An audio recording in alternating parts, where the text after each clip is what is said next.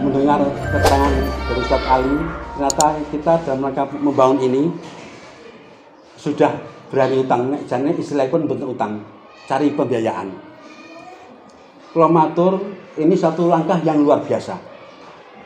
Saya melihat pondok-pondok yang perkembangannya secara fisik luar biasa, itu ternyata adalah pondok-pondok yang nyalinya golek utangan memang luar biasa, Pak. Nyalinya untuk cari pinjaman luar biasa. Mbahnya nyali utang, Embes Jogja. Yang tahu Embes Jogja tuh, dengan Ustadz Nasir itu memang dia memang betul gila tuh. Gila tuh misalnya gila nyalinya utang tuh luar biasa. Dari akhirnya kesimpulan saya, sepanjang hutangnya atau cari pembiayaan itu masih terukur dan melalui perhitungan yang matang, monggo. Itu memang bisa saya katakan la mahalata, tidak bisa tidak. Tidak bisa tidak. Yang termasuk Imam Jodo piyambak itu yang dominan masih orang tua, Pak. Itu pinjaman itu masih belum diridhoi. Terus apa duwe dhewe bangun ya mung kuwi tok sehingga ya relatif agak apa? Ya agak alami. Imam Jodo itu betul-betul alami. Karena oleh sesepuh belum diizinkan cari pembiayaan. Karena tahun depan itu pernah gribek-gribek juga. Kalau 16 minggu yang lalu teng Darul Ihsan Muhammadiyah Sragen. Kalau kaget, ini bisa bangun api satu paket gedung itu ternyata dipakai untuk aliyah, madrasah aliyah. Dan ternyata saya tanya, ini murni swadaya? Utangan. Berapa utangnya? 3M. 3M. Jadi ternyata sekarang ini pesantren-pesantren yang itu secara fisik berkembang luar biasa itu pakai pembiayaan atau utangan. Dan sepanjang itu masih terukur, saya yakin tidak ada masalah. Saya bersyukur karena ternyata sesepuh di sini itu dengan cari pembiayaan sampai 600 juta, Ustadz Saiful, Ustadz Maskur juga tidak apa-apa, tidak awal, tidak kemudian tak pecati siji-siji loh gitu. Itu berarti saya bisa menyimpulkan insya Allah beliau-beliau ini bisa menerima sepanjang hutangnya itu terukur dan terprogram betul. Insya Allah. Karena saya mengetahui bahwa perkembangan anak dengan perkembangan fisik yang terjadi di Darul Ulum ini itu tidak imbang. Bahwa atas Pak Syaiful mengatakan, andai kata kita bisa membangun dengan leluasa karena dana yang luar biasa seperti Zam-Zam itu, kita mungkin bisa menerima 2 kali lipat yang sekarang terjadi. Tapi karena memang keterbatasan surplus, ya kita batasi dan sebagainya. Ini problem ngaten niku timbangnya problemnya bisa bangun, tibane bareng golek isine gagal. Sering terjadi, Pak. Bangunnya sukses, Pak, luar biasa. Tapi waktu sampai tahapan ngisi, cari santrinya ternyata gagal. Problem niku problem yang menyakitkan, Pak. Mendingan problem kata jenengan. Islam mengikuti perkembangan jumlah anak ternyata ya Allah, memang betul, Pak. Lalu zaman Syekh Imam Jodo, santri kalau misalkan 300, tahun depan kita targetkan jadi 350 anak. Ngomong ajeng tambah 50 anak. Tahun depan target kita 350 anak. Tambah 50 anak, itu paling tidak saya dituntut tambah 4 lokal, Pak. 2 lokal untuk kamar. Ini pun kamar untuk overload niku. Masih cukup. Yang 2 lokal untuk KBM, atau KBM, Pak. Belum sarpas yang lain. Niku ben tahun, Pak. Dan saya yakin baik Pak Maskur, Ustadz Saiful, Ustadz Ali. Dulu waktu kita mengawali saat 2009, kenapa bayangke sampeyan aku 2022 sudah punya gedung seperti ini? Betul bayangke, Pak. Semua serba min ghairi la yahtasib. Semua serba min ghairi la yahtasib. Betul, Pak.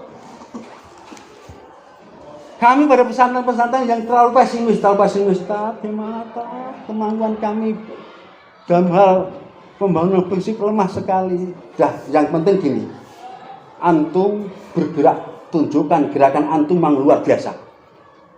nanti para agniya kita, kalau sudah menyaksikan sendiri bahwa wah ternyata Pak Saiful, Pak Mastur, saya luar biasa. Ternyata Ustaz Ali Direktur luar biasa, jangan mati-matian, wani berdarah-darah untuk memperjuangkan perkembangan terhulu. Yakinlah mereka akhirnya akan terpanggil untuk menyisihkan sebagian hartanya. Yakin itu. Sampai kalau teng Darul Ihsan Sragen mengatakan teng almarhum Pak Suri, Direktur Dimsa yang meninggal waktu Covid kemarin. Kalau tanya teng Pak Suri, Pak, nek pondok jenengan masih pondok kayak yang dulu kan, itu dulu sebelum kita bimbing, sebelum kita bina kan hanya pondokan Pak, pondok teng mriku sekolah teng Jogo, setelah rampung mulai teng pondok. Tapi kemudian kita bimbing, kita bina, alhamdulillah menjadi pondok terpadu luar biasa. Pak, teng Pak Suri, nek pondok sampeyan sih pondok sampeyan kaya duk samono mung pondokan, mondok ning kono, setelah ning Jogo, napa kinten-kinten ada orang yang wakaf seperti ini? Ya tidak ada Ustaz. Artinya wakif-wakif itu datang setelah jenengan menunjukkan kiprah yang luar biasa.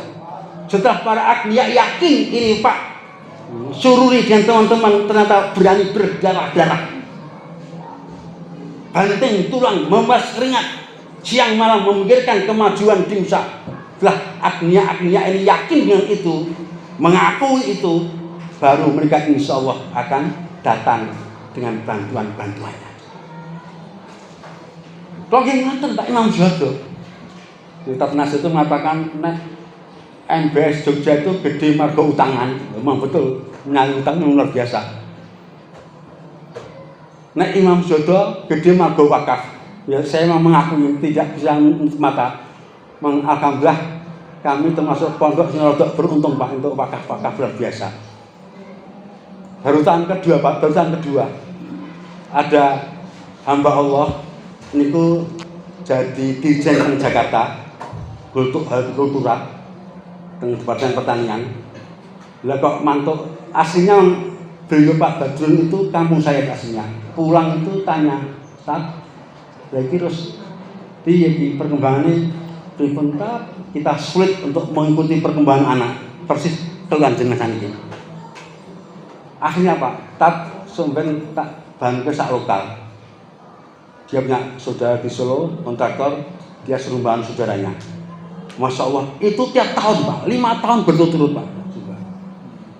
Saya dan teman-teman tidak mengira sama sekali sumben bakal nyantol enek seorang agniya yang datang membantu walaupun satu lokal tapi rutin Pak, setiap tahun sekali selama 5 tahun.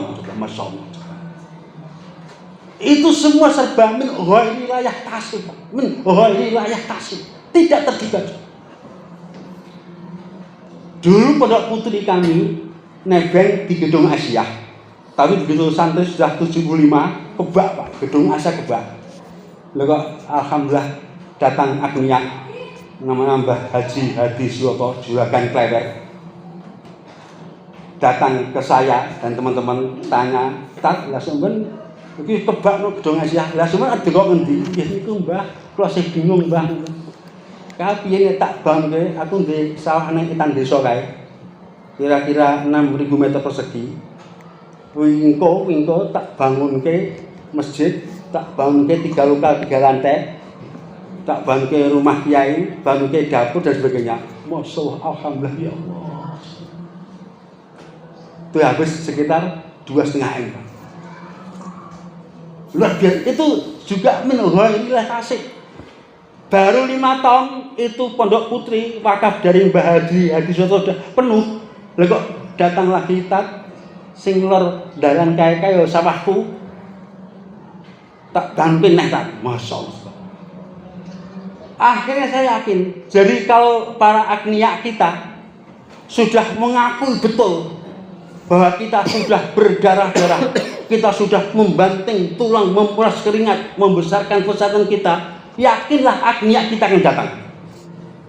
Saya sampaikan itu dalam setiap event termasuk event nasional baik LP2 yang mengadakan maupun itu mengadakan, Anda jangan terlalu pesimis. Anda jangan terlalu pesimis.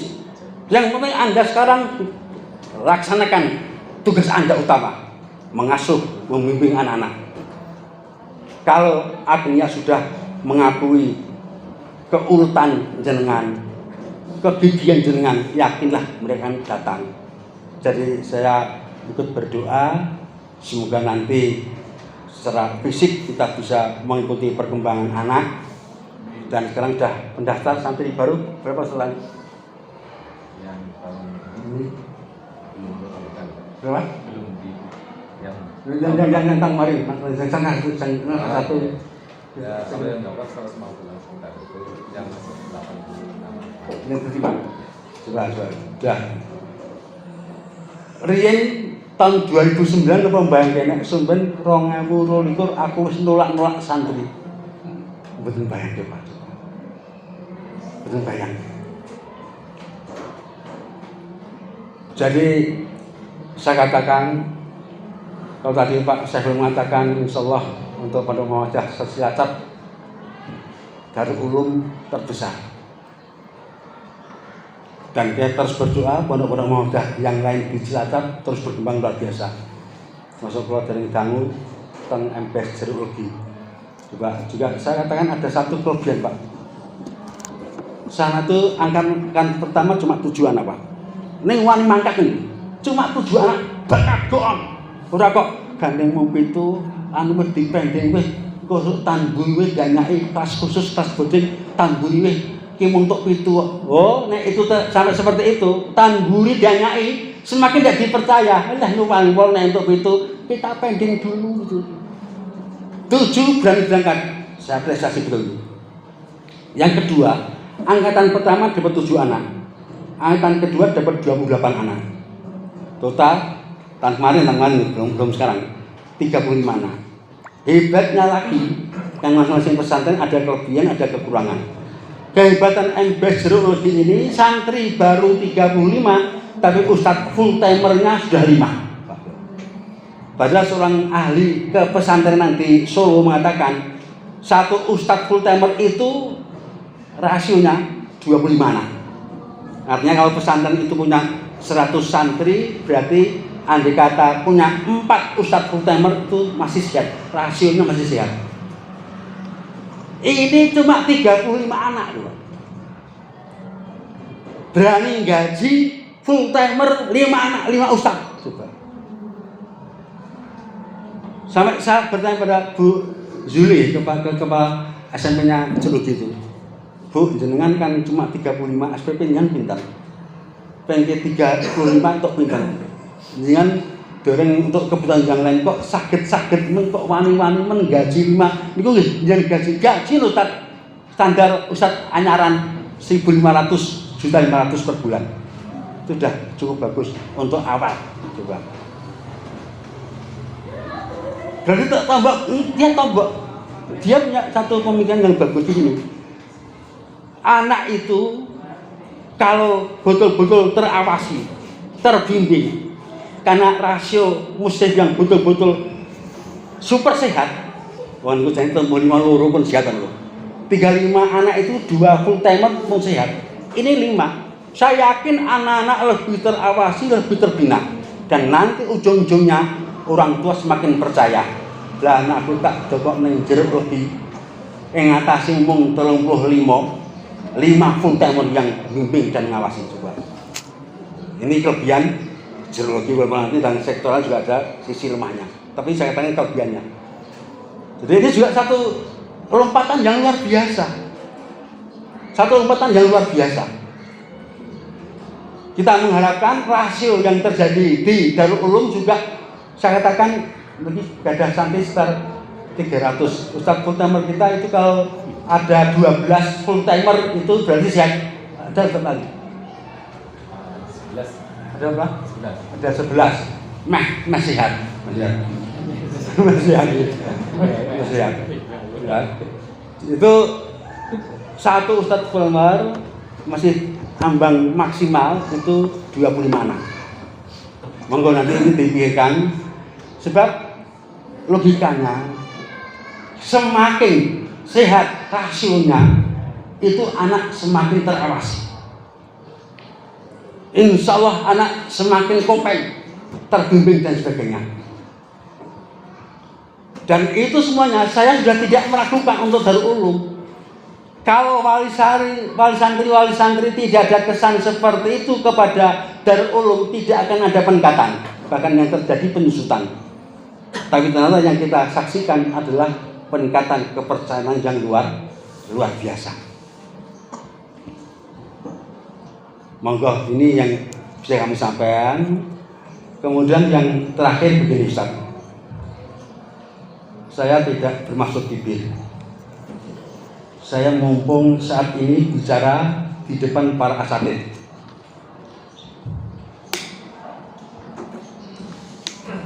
Begini,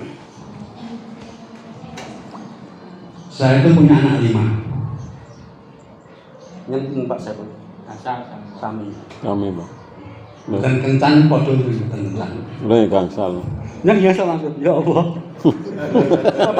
Pak Ali, saya 3 kesana Pak Podo. Itu anaknya teng MBS itu, Pak. Lah ya dah alhamdulillah ikut bergembira. Jadi Pak Saiful punya bibit yang luar biasa.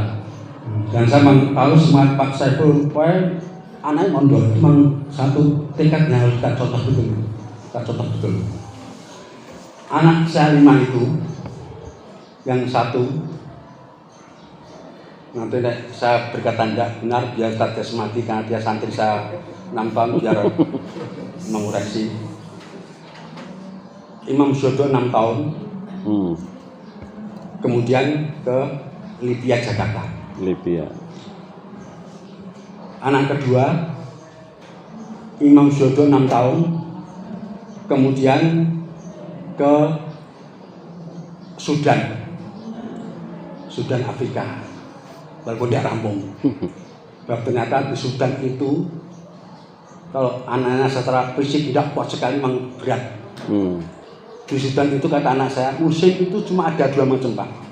Musim panas dan panas banget. Musim panas dan musim panas banget. Dan panasnya sana itu kering. Kalau panasnya kita kan basah. Iya. Semeribit. Enggak, akhirnya tidak rampung. Anak yang ketiga, Imam Syodo 6 tahun, kemudian ke Jordan. Baru 2 tahun pulang, ternyata minta kawin. Lalu setelah nikah, istrinya juga ke Jordan. Anak yang keempat, Imam Syodo 6 tahun, kemudian di Libya, Afrika. Libya ya.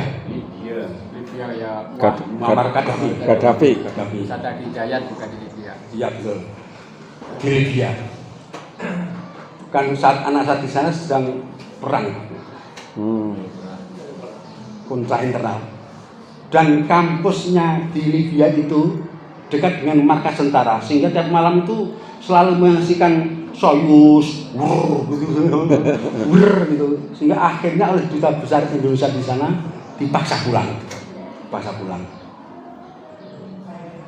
ke Jakarta, langsung ke Libya. Anak terakhir satu putri masih kuliah, Imam Syodo. Saya cuma ingin menyampaikan, dulu pada waktu saya tahun 95 ditunjuk oleh pimpinan cabang Muhammadiyah Bimbing menjadi direktur, memegang Imam Syodo, pondok Imam Syodo. Nek sing disahke iki pondok wis dadi enak, itu pondok lagi bodol.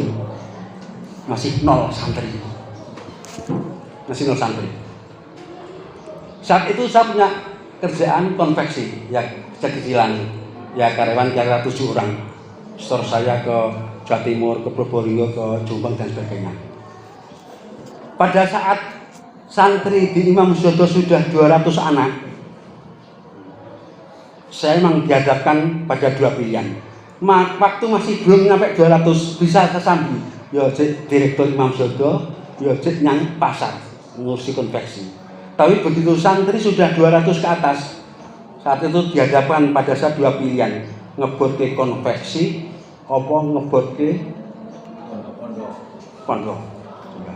Itu betul bagi saya pilihan berat, Pak. Sebab kalau saya terus nekat konveksi ya tak tutup nih, direktur tak tutup nih, akhirnya justru terkatung-katung semuanya. Saat itu kami dipaksa oleh situasi ngebot ke Imam Zodo, beliau direktur, apa ngebot ke konveksi. Istikharah, minta tunjuk pada Allah. Akhirnya ada kemantapan. Bismillah. Konveksi saya tinggal total. Saya tinggal total. Tentang masa depan anak saya sudah semua saya tawakalkan pada Allah Subhanahu wa taala. Secara manusia memang saya berpikir lah coba anakku wis kuliah kabeh gitu. Lagi rakyat gaji pondok sepiro coba. Itu selalu mengganggu pikiran saya secara manusiawi. Dengan sudah ada kemantapan, saya yakin itu kemantapan tentang dari Allah Subhanahu wa taala, sudah semua kita buang jauh. Tak pakai pada Allah Subhanahu. Apa yang saya rasakan? Semua anak saya kuliah. Sampai keluar negeri. Saya tidak mengeluarkan biaya spesial. Anak saya kuliah tanpa biaya. Sudan tanpa biaya. Semua beasiswa Jordan tanpa biaya. Bahkan di Jordan ini ada sedikit surplus. Kita punya hajat kakaknya Hajar itu, saya dikirimi 10 juta urun nggih DKW gitu Pak. Semua anak saya yang bisa kuliah sampai keluar negeri itu saya tidak mengeluarkan uang sepeser pun Pak.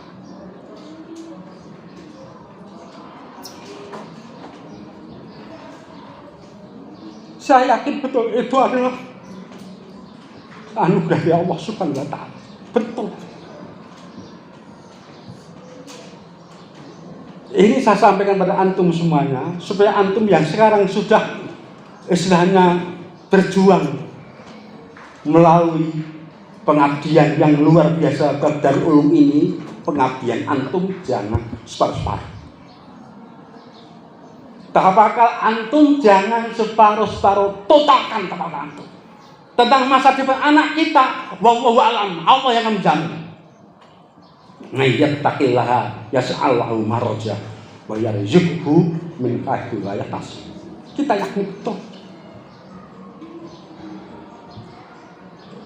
Kalau semua ustaz sudah punya sikap pengabdian yang seperti itu, pengabdiannya kepada Allah, ta'abudnya kepada Allah total seperti itu akan menjadi modal utama berkembangnya pesantren dari umum.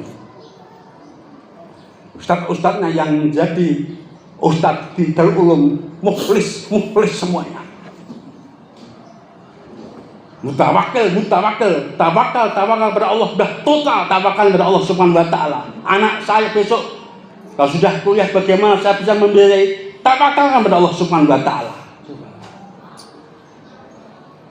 Dulu kok nggih mboten bayangke nek anak kula iso kuliah tekan luar negeri kok saya tanpa keluar uang sepeser pun, bahkan anak sing bantu saya tidak biayanya sama sekali.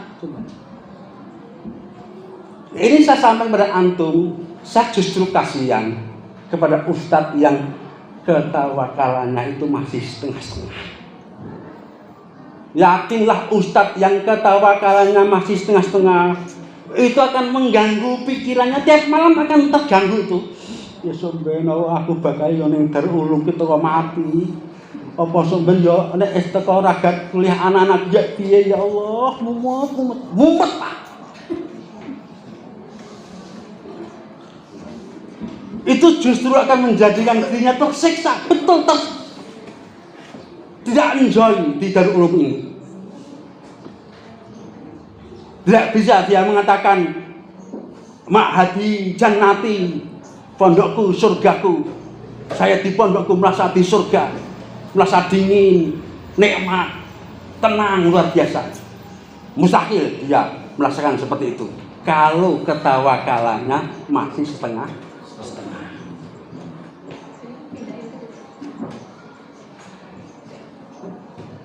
Ini masalah asatid itu saya katakan menjadi modal utama.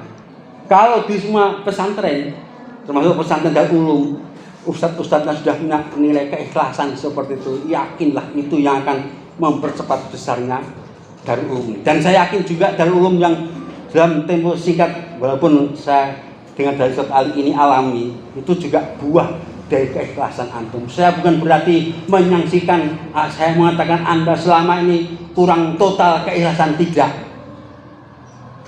Cuma mari kita tingkatkan keikhlasan kita sehingga insya Allah kita mengabdikan diri kepada Allah melalui Darul Ulum ini bisa total, dan itu menjadi kelebihan pesantren, Pak. Anda tahu sekolah-sekolah yang berbau nasional, mungkin enten SMP Pemda, SMA Pemda, enten SMP Samapta Bakti, SMA Samapta Bakti. Waktu pandemi gulung tikar, Pak. Mengapa? Gurunya tidak punya ketahanan, Pak. Kita insya Allah waktu pandemi gaji rada telat sithik, tidak akan menggerutu kemudian ujung-ujungnya sampai menarik diri, tidak ada, Pak. Sekolah-sekolah seperti itu karena apa? Itu masuknya itu mang lil fulus gitu, lil fulus. Karena untuk mengejar materi, gaji terlambat, masya Allah, Pak, sudah bersuara ke sana kemari, sehingga akhirnya banyak yang mengundurkan diri. Akhirnya apa? Sekolah gulung tikar. Yang walaupun pinten SMP Pemda, SMP sama Pak Bakti, Pak, gulung tikar, Pak, tidak punya ketahanan sama sekali. Beda dengan sekolah kita, dengan mahat kita. Inilah yang terakhir kami sampaikan. Jadi ikhwan bidin rahimakumullah, saya cuma mohon, saya wasiat khusus pada diri saya sendiri, mari kita tingkatkan keikhlasan kita. Insya Allah dengan keikhlasan yang total menjadikan kita justru enak sekali menjalani tugas-tugas di pesantren ini. Sehingga insya Allah kata-kata Mahadi Jannati, pondokku, Darul Ulumku adalah surga. Itu betul-betul menjadi satu kenyataan. Kita merasakan nikmat yang luar biasa, kita merasakan kenikmatan yang luar biasa, walaupun mungkin gaji kalau diukur secara manusiawi di bawah standar. Jangan mengejar jumlah, tapi kejarlah barokah. Jumlah banyak, tidak ada barokahnya, apa artinya? Jangan mengejar jumlah, kejarlah barokahnya. Sekian, wabillahi taufiq wal hidayah. Assalamualaikum warahmatullahi wabarakatuh. Waalaikumsalam.